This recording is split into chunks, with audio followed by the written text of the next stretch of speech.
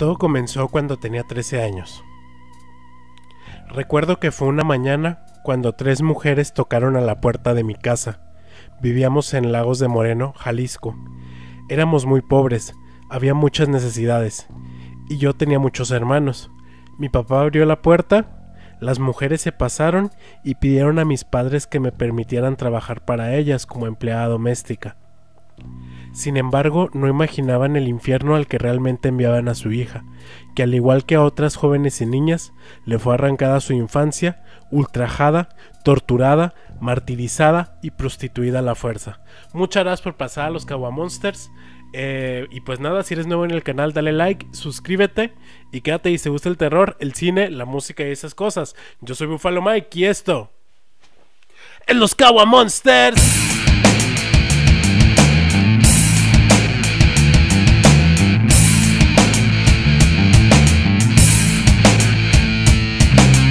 Continuó con el relato. Esto que empezó leyendo al principio es en sí el testimonio que dio una de las víctimas de las Poquianchis. Y continuó. Yo no sabía lo que me esperaba, hasta que entramos en una casa habilitada como cantina. Ahí me encerraron en un cuarto donde fui violada muchas veces por enviados de las Poquianchis. Me golpearon cada día y me dejaron sin comer hasta que accedí a prostituirme.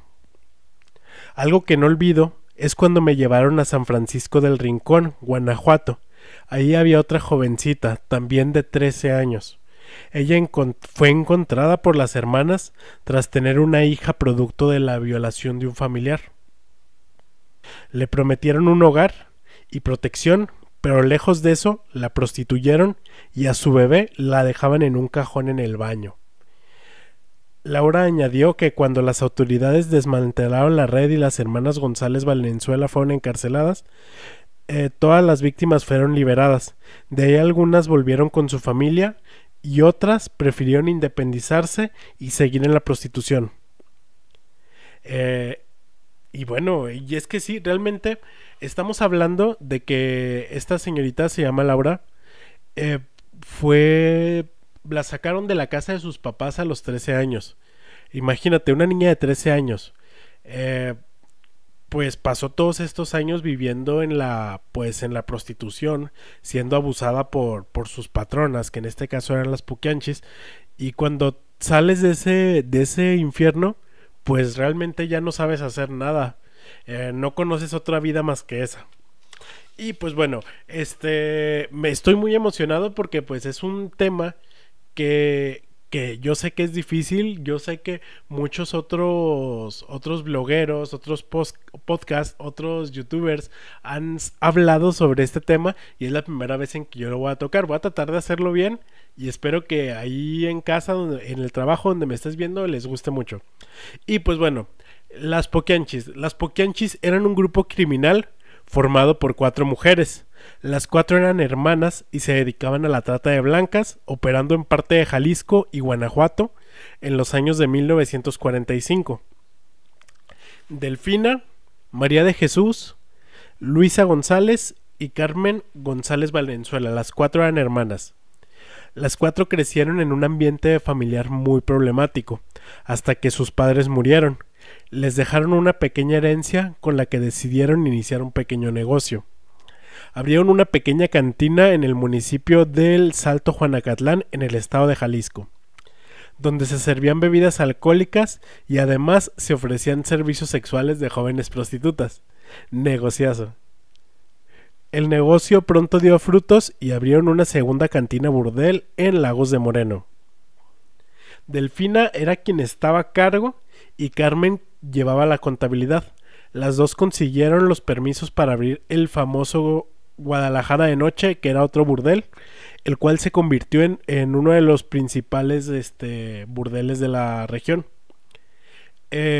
Junto a ellas trabajaba con ellos el hijo de Delfina.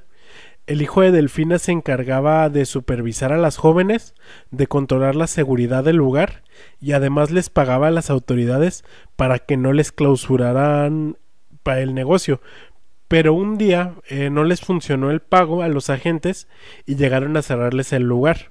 En donde el hijo le decían el Tepo, que era hijo de Delfina.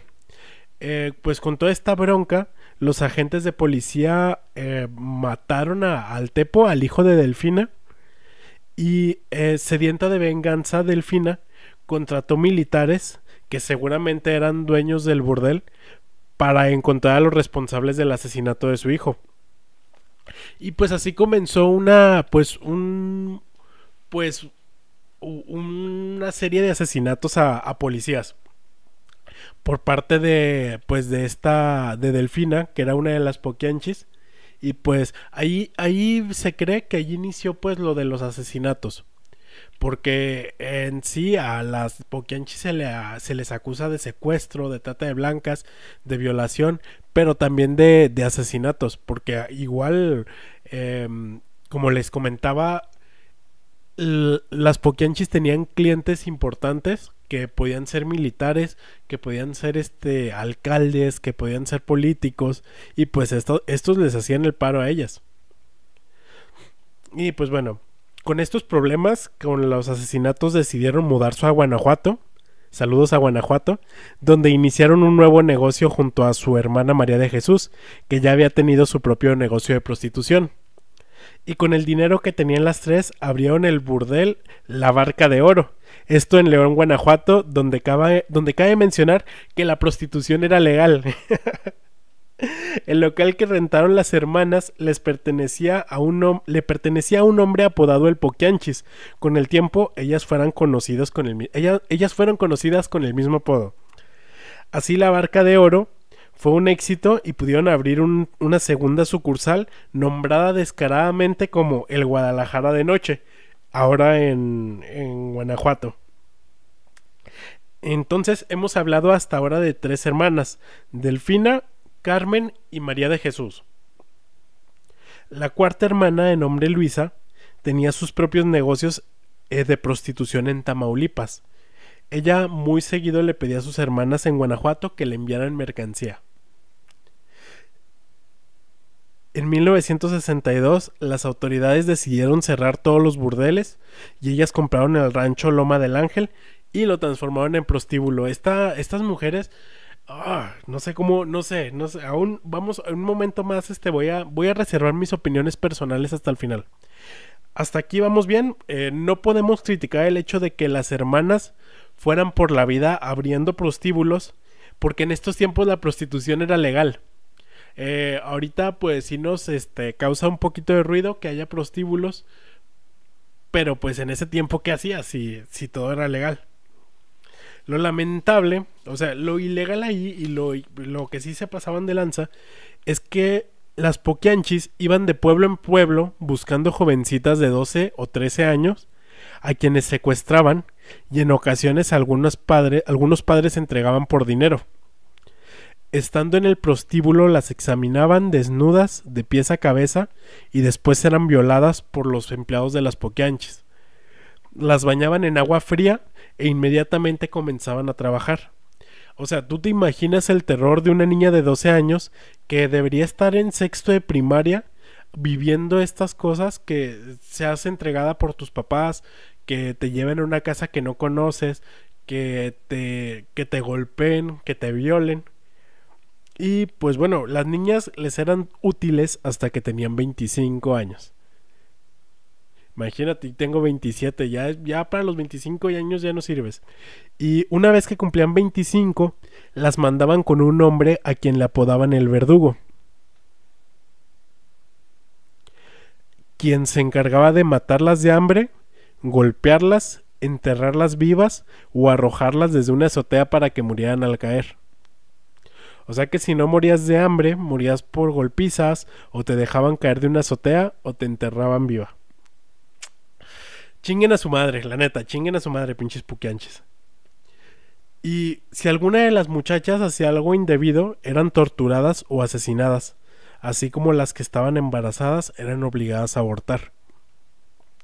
Si algunos niños alcanzaban a nacer, los asesinaban y enterraban en el rancho, a excepción de uno que otro que mantenían vivo para vendérselo a algunos clientes que les gustaba experimentar. Chinguen a su madre, chinguen, de verdad chinguen a su madre. Se dijo también que hacían ritos satánicos para obtener más ganancias. Estos ritos consistían en colocar una estrella de 5 puntas formada por velas, después sacrificaban un gallo y las hermanas se desnudaban para bañarse en la sangre de animal. Ok. Tiempo después encontraron otro negocio macabro. Vendían la carne de las prostitutas por kilo en el mercado. Güey, bueno. En el año de 1964, Catalina Ortega, una de las víctimas, logró escapar e ir con las autoridades a denunciar los hechos. Tuvo la fortuna de que esos policías no pertenecían al grupo de cómplices de las Poquianchis. Decenas de policías llegaron al rancho y arrestaron a algunos de los responsables, pero también se encontraron con las jóvenes desnutridas, enfermas y torturadas, encerradas en el cuarto del verdugo. Después de ser capturadas por la policía por ser responsables de más de 100 asesinatos, las autoridades trasladaron a las Poquianchis a Irapuato para dictarles sentencia. El 12 de enero de 1964, el infierno del cautiverio de las Poquianchis fue denunciado a las autoridades por una joven que logró escapar. El rumor se comenzó a correr de forma inmediata y aunque Delfina y sus hermanas negaron los cargos, los agentes judiciales encontraron 90 cuerpos de mujeres enterrados, fetos en descomposición y huesos por todo el rancho. Esta vez no hubo nada que pudiera ayudar a las Poquianchis, quienes fueron sentenciadas a 40 años de prisión. 40. Ok. El 17 de octubre de 1978, Delfina murió de 56 años a causa de un recipiente de cemento que cayó en su cabeza mientras unos albañiles hacían arreglos en una de las celdas. Se murió porque le cayó un bote de mezcla en la cabeza. Qué chido. Carmen falleció en su celda en noviembre de 1984 a causa de cáncer. María de Jesús salió de la cárcel y nunca se volvió a saber de ella. Y Eva, quien había dejado el negocio de sus hermanas, fue arrestada en Matamoros y terminó sus días en un manicomio. Y pues nada, esta información que leí es la información oficial que se tiene, pues, pública, que es de dominio público, que se sabe. Y pues vamos a recapitular. Las Poquianchis eran 4 hermanas que se dedicaban a secuestrar niñas o comprarlas, y pues todo con el fin de la prostitución. Las tenían encerradas, o sea, imagínate, siendo una víctima, inmediatamente llegabas, te encerraban en un cuarto, te golpeaban, te bañaban en agua fría, te violaban, hasta que aceptaras pues empezar a prostituirte. En un momento en la información que leí, comenté que si hacías algo indebido, te golpeaban. Algunas cosas de las que se cree que eran cosas indebidas era darles besos en la boca a los clientes.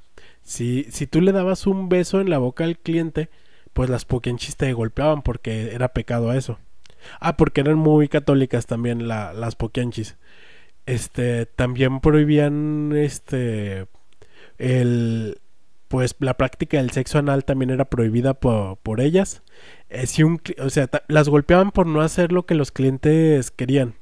Si tú desobedecías a un cliente, te golpeaban. Pero si el cliente, por ejemplo, te pedía algo indebido como un beso en la boca o sexo anal, y tú lo hacías, las Poquianchis te pegaban porque eso estaba mal, pero también te pegaban si no hacías lo que él quería. Así que pues era ahí algo pues muy confuso. Y también se dice que esto duró de 1945 a 1962. Fueron casi 20 años.